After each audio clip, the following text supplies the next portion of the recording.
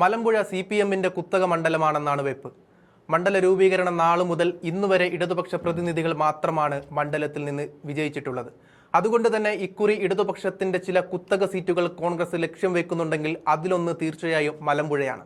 ഇവിടെ കോൺഗ്രസിന് അപ്രതീക്ഷിതമായി ലഭിച്ച പേരാണ് സുരേഷിൻ്റേത്.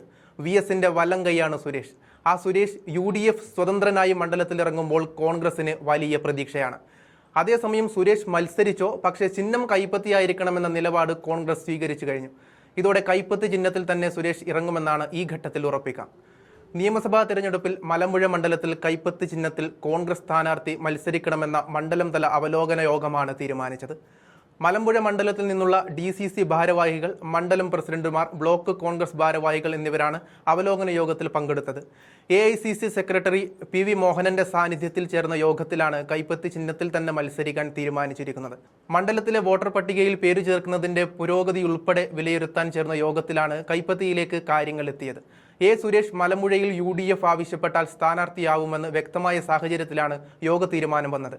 സുരേഷിനെ UDF മത്സരിപ്പിക്കുന്നത് കോൺഗ്രസ് വോട്ടുകൾ ചോരാൻ ഇടയാക്കുമെന്നും ഇടതുപക്ഷത്തിൽ നിന്ന് വോട്ട് ലഭിക്കുമെന്ന വിലയിരുത്തൽ ശരിയല്ലെന്നും പ്രതിനിധികൾ തുറന്നടിച്ചതോടെ സുരേഷ് പുറത്തേക്കാണോ എന്ന ചോദ്യവും ഉയരുന്നുണ്ട്. സുരേഷിനെ മത്സരിപ്പിക്കുന്നത് ഫലത്തിൽ BJP-ക്കാവും സഹായകമാവുകയെന്ന വിലയിരുത്തലും ഉണ്ടായിട്ടുണ്ട്.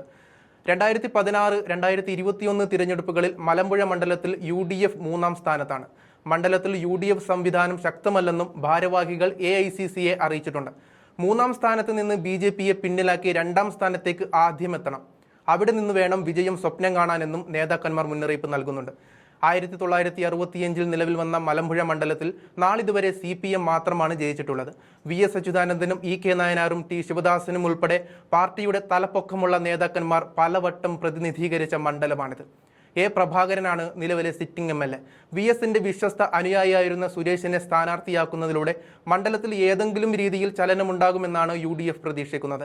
CPM-ന്റെ ചുവപ്പ് കോട്ടയിൽ സുരേഷിനെ പോലെയൊരാളെ മത്സരിപ്പിക്കുന്നത് മണ്ഡലത്തിന് കൂടുതൽ രാഷ്ട്രീയ മാധ്യമ ശ്രദ്ധ കിട്ടുമെന്നും UDF പ്രതീക്ഷിക്കുന്നുണ്ട്. അതിനിടെ കഴിഞ്ഞ തദ്ദേശ സ്വയംഭരണ തെരഞ്ഞെടുപ്പിൽ പാലക്കാട്ടെ CPM-നെ ഞെട്ടിച്ച കൊഴിഞ്ഞാമ്പാറ മാതൃക നിയമസഭാ തെരഞ്ഞെടുപ്പിൽ ജില്ലയിലെ പല ഭാഗത്തും പരീക്ഷിക്കാൻ ഇതോടെ CPM വിമതർ തീരുമാനിച്ചു കഴിഞ്ഞു.